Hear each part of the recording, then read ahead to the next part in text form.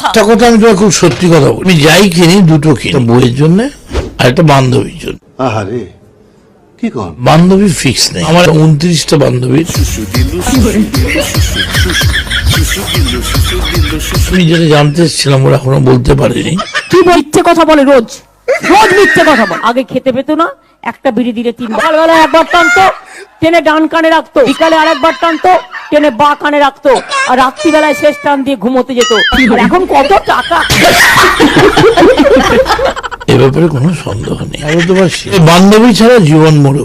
কৃষ্ণ হরি হরি। প্রত্যেকটা মানুষেরই স্বাদ থাকে, আল্লাহ থাকে। আজ বড় বড় কথা। আগে বাংলা বাঁচাও, তারপরে হবে দেশ বাঁচাও। পূর্ব সুন্দরী মেয়ে একেবারে ছোট্ট একটা জামা কাপড় পরে আছে, স্কার্ট পরে।